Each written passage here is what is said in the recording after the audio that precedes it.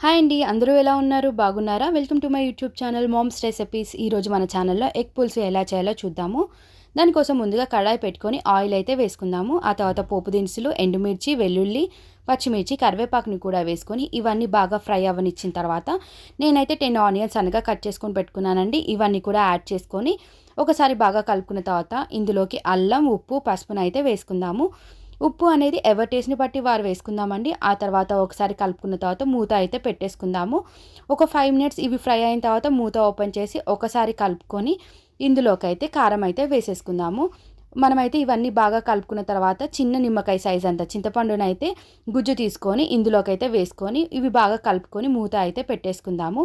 5 minutes ఇవన్నీ boil అయిన తర్వాత మూత ఓపెన్ చేసి నేనైతే 6 గుడ్లని ముందుగానే ఉడకపెట్టుకొని పెట్టుకున్నానండి. అవి కూడా ఇందులో యాడ్ చేసేయాలి.